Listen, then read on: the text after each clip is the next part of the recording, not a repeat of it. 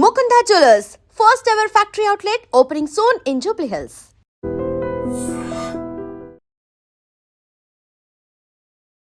రేపు టిఆర్ఎస్ భవన్ కి కేసీఆర్ రాబోతున్నాడు.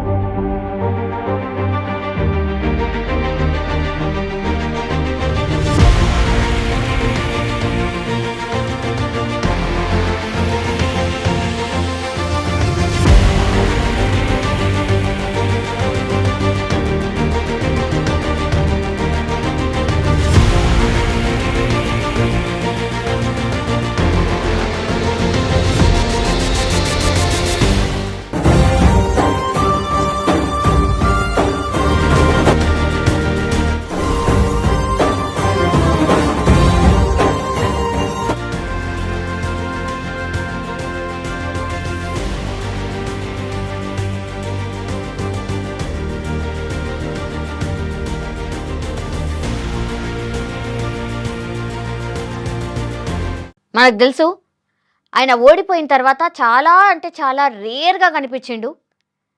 కేసీఆర్ ఎక్కడ ఫామ్ హౌస్కే పరిమితం అవుతాడా, ఇక బయటకు రాడా, ప్రజల కోసం మాట్లాడా, ఇట్లా చాలా పెద్ద ఎత్తున చర్చ నడిచింది. యాజ్ వెల్ యాజ్ చాలామంది క్వశ్చన్ చేసిర్రు. ఎస్పెషల్లీ అధికార పార్టీ అయితే సందు దొరికితే కేసీఆర్ని విమర్శించే ప్రయత్నమే చేశారు. కానీ స్థానిక సంస్థల ఎన్నికల్లో బీఆర్ఎస్ పార్టీ అద్భుతంగా పర్ఫార్మెన్స్ చేసింది.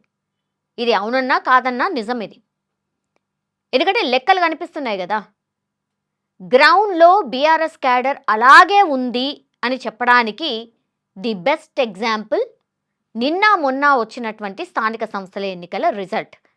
కొన్ని చోట్లనైతే అధికార పార్టీకి జనరల్లీ అడ్వాంటేజ్ ఉంటుంది. అంటే గతంలో ఎప్పుడైతే స్థానిక సంస్థల ఎన్నికలు జరిగిండనో అప్పుడు మొత్తం అంతా 85% బీఆర్ఎస్ఏ ఉండే. మరి అదే 85% ఇప్పుడు కాంగ్రెస్కి ఎందుకు లేదు అంటే రకరకాల కారణాలు, అది డిఫరెంట్ చర్చ. కానీ బీఆర్ఎస్ పార్టీగా లేదు.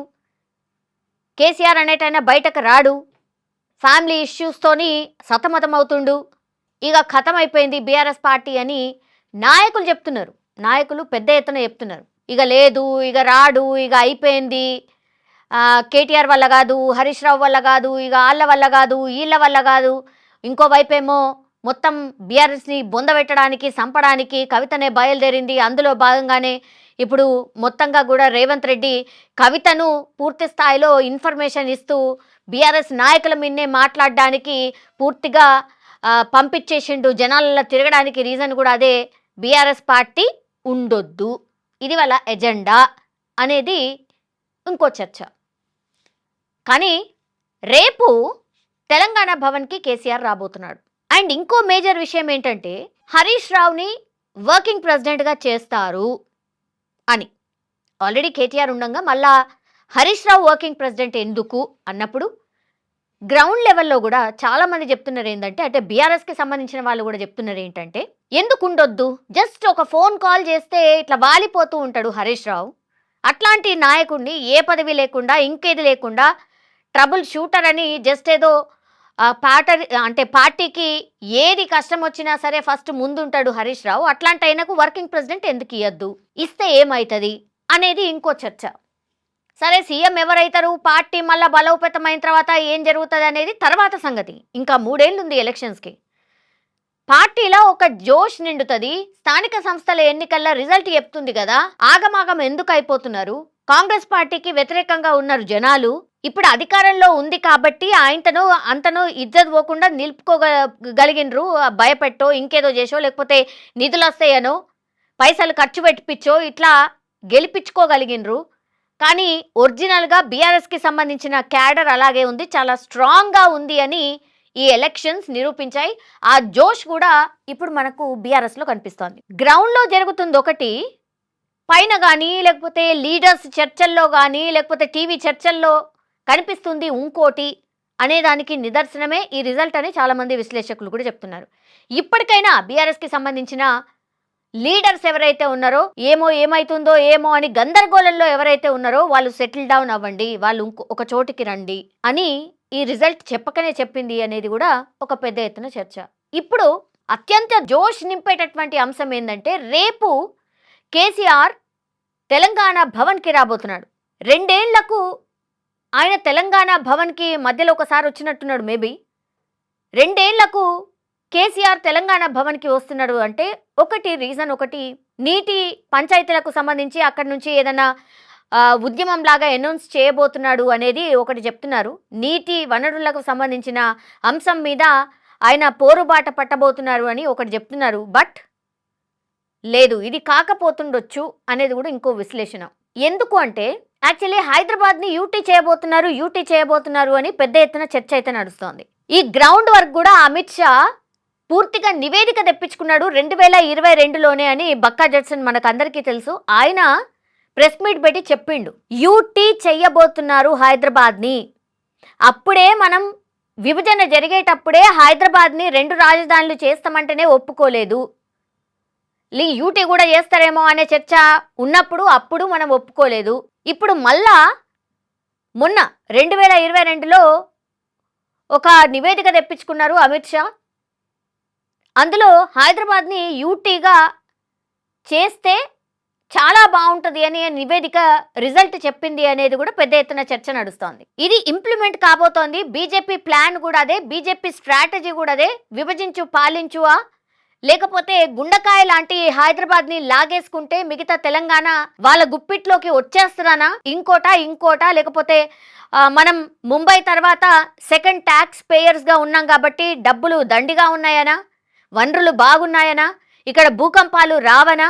మన తెలంగాణకి యాక్చువల్లీ మనం అంటాం కదా గోల్డ్ మైన్, ఒక డైమండ్ లాంటిది అని. యాక్చువల్లీ హైదరాబాద్ అట్లాంటి ప్లేస్.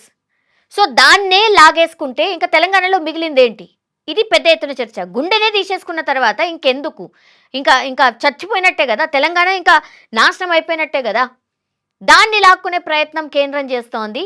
మనం ఎట్టి పరిస్థితుల్లో దీని మీద పోరాటం చేయాల్సిందే అని చాలామంది ఉద్యమకారులు మాట్లాడుతున్నారు. గతంలో ఉద్యమంలో పోరాటం చేసిన వాళ్ళు చాలామంది మాట్లాడుతున్నారు. ఇదే ఆయన స్ట్రాటజీ ఉండబోతోంది. రేపు తెలంగాణ భవన్లో కేసీఆర్ చెప్పబోతుంది ఇదే. హైదరాబాద్ని యూటీ చేసే కుట్ర జరుగుతోంది అని ఈ లైన్నే తీసుకొని మరో సెంటిమెంట్ దాని మీదనే మళ్ళీ ఆయన పోరాటం మొదలు కాబోతోంది. అక్కడి నుంచే పెద్ద అనౌన్స్మెంట్ ఉండబోతోంది అనేది కూడా ఇంకొంతమంది విశ్లేషకులు చెప్తున్నారు. ఇదే నిజమైతే మాత్రం మొన్నటి రిజల్ట్స్ యాజ్ వెల్ యాజ్ ఆయన ఇచ్చే పిలుపు, ఇవి 2 కలిస్తే మాత్రం ఎవరైతే మిగతా పార్టీస్ ఏవైతే కోరుకుంటున్నాయో బీఆర్ఎస్ చచ్చిపోయింది, బీఆర్ఎస్ చనిపోయింది, ఇక లెవ్వదు, అయిపోయింది అని ఎవరైతే ఇప్పటి వరకు అంటూ ఉన్నారో వాళ్ళకు ఒక బిగ్గెస్ట్ లెసన్ ఇది. అండ్ ఒకవేళ యూటీ చేసే కుట్ర నిజంగానే బీజేపీ చేస్తే గనక ఇంకా బీజేపీ తెలంగాణలో ఉండే ప్రసక్తే ఉండదు అనేది కూడా ఇంకో చర్చ. ఈరోజు ఇంకో వార్త కూడా వచ్చింది. అదేంటంటే మోడీని కొంతమంది బీఆర్ఎస్కి సంబంధించిన రాజ్యసభ సభ్యులు కలిశారు.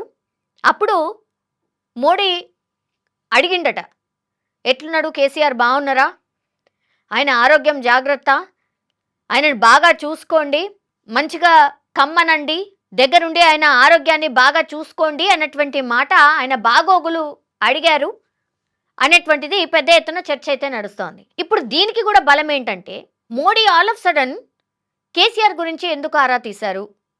గతంలో చాలా రోజుల నుంచి కూడా ఒక చర్చ ఉంది కదా, అంటే మొన్నటి ఎలక్షన్స్ వరకు కూడా ఒక చర్చ ఉంది కదా, ఇక బీఆర్ఎస్ ఏముండదు, బీఆర్ఎస్ని తీసుకుపోయి బీజేపీలో కలుపుతారని. మరి అందులో భాగంగా ఈ చర్చలన్నీ పూర్తయిన తర్వాత తగిన కేసీఆర్ బయటకు వస్తున్నారా, ఏమన్నా చెప్పబోతున్నారా, ఏమన్నా మాట్లాడతారా?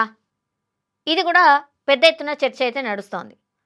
కానీ ఒకటి, బీఆర్ఎస్ క్యాడర్ అయితే చాలా ఖుషీలో ఉన్నారు. బికాస్ ఇన్నేళ్ల తర్వాత మా నాయకుడు బయటకు వస్తున్నాడు, అది కూడా తెలంగాణ భవన్కి వస్తున్నాడు, మేమందరం ఆయనను చూడబోతున్నాం అని. సో రేపు మొత్తం అంతా టీఆర్ఎస్ భవన్కి సంబంధించి చుట్టుపక్కల ప్రాంతాలన్నీ కూడా కిక్కిరిసిపోయి ఉండబోతున్నాయి. సండే ఓన్లీ నాయకుల మాత్రమే ఇన్విటేషన్ ఉంది, అంటే నాయకులు మాత్రమే రావాలని. అటు ఎంపీలు అనుకోండి, ఎమ్మెల్యేలు అనుకోండి, ఇక కింద స్థాయి నాయకులు అనుకోండి, ఎమ్మెల్సీలు అనుకోండి, ఇప్పుడు కొత్తగా ఎన్నికైనటువంటి సర్పంచులు, వీళ్ళందరూ కూడా రాబోతున్నారు. కేవలం నాయకులు కాదు, చాలా జిల్లాల నుంచి కూడా పెద్ద ఎత్తున క్యాడర్ కూడా రాబోతోంది. సో ఒక జోష్ వాతావరణం అయితే బీఆర్ఎస్ పార్టీలో శ్రేణుల్లో కనిపిస్తోంది. సో రేపు కేసీఆర్ ఏం మాట్లాడబోతున్నారు, ఆయన స్ట్రాటజీ ఏంటి, ఆయన ఏదో పిలుపు ఇవ్వడానికే వస్తున్నారు అనేది కూడా పెద్ద ఎత్తున చర్చ అయితే నడుస్తోంది. చూడాలి మరి రేపు కేసీఆర్ మాటల్లో ఎవరిని టార్గెట్ చేయబోతున్నారు, ఏం చెప్పబోతున్నారు అనేది క్వైట్ ఇంట్రెస్టింగ్గా మారిన సిచ్యువేషన్ అయితే కనిపిస్తోంది.